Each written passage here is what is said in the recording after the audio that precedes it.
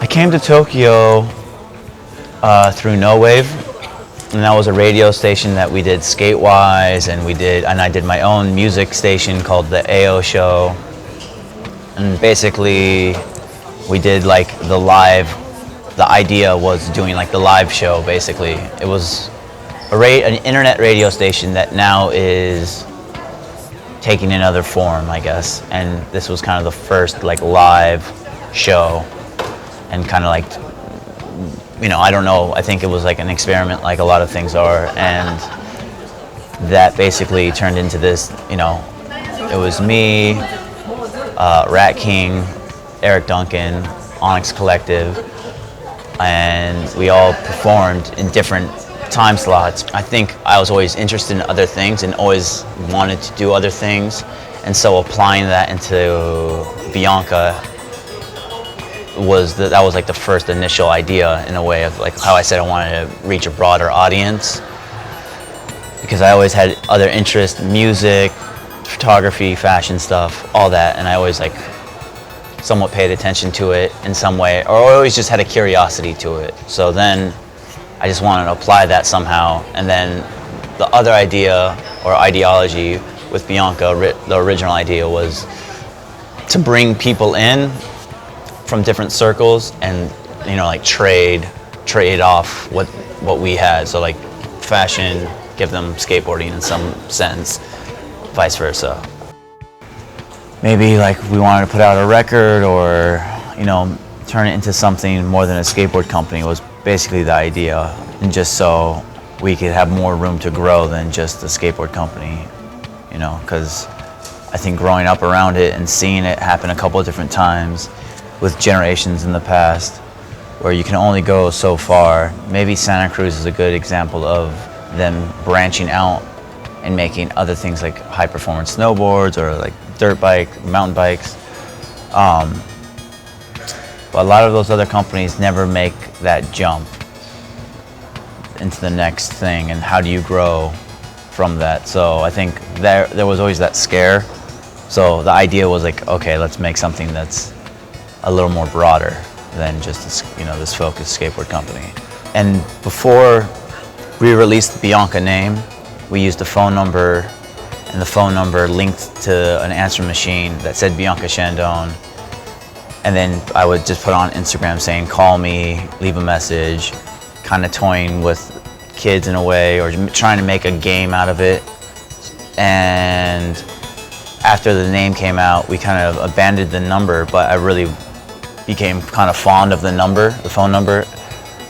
And I was like, there's something good to that, like there's something nice about having a phone number contextually. So from that point, I was talking about like maybe doing another board company or something, but something really small and like not that big. And so what happened, I think, I met these kids and I was like, I called my partner and I was like, we should just make some boards with the phone number on it and just give it to these kids and not really do anything but like make team boards just for people with a phone number on it. And so that gradually grew into something like, okay, let's make the skateboard team, because I felt guilty with the Bianca thing going. It was heading in a good direction, but I felt I had a guilty conscience because I was using skateboarding to help push my brand, but I wasn't letting skate shops buy it. So then it felt like there was something wrong to that.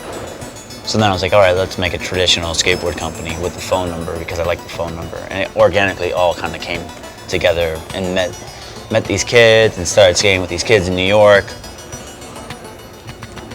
And some of them were some of them from my hometown, Santa Monica, and some of them went to school with my brother and stuff. And like I weirdly knew, we really hit like kind of cross paths or knew a lot of other mutual people. So that's kind of how all that started, and now that's almost a year old, and that's kind of taking its own form and shape, and it's kind of exciting. And now trying to build a team and that whole thing, and now we have our little clique of friends. And the small videos is definitely the current trend, and I think it's a good trend, and it should stay. And it gets me excited. Like the last video Johnny Wilson made was Rack, and it's all our friends, and those videos are great. I mean, I like it because also he's applying like dance music, and I was talking to someone recently about how skateboarding is very hip hop or rock, and that's kind of, it's been like that for the longest time, or punk, whatever you want to call.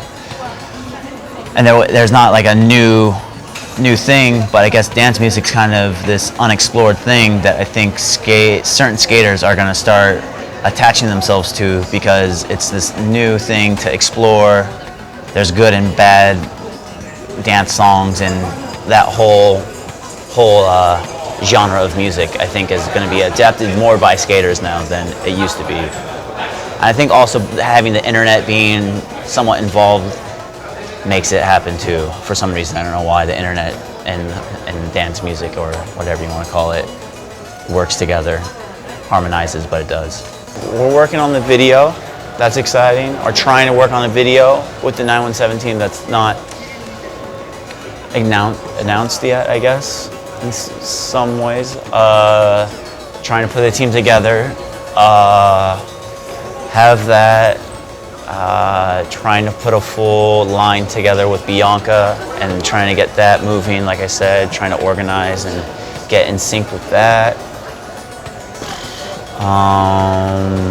Trying to do some music on the side.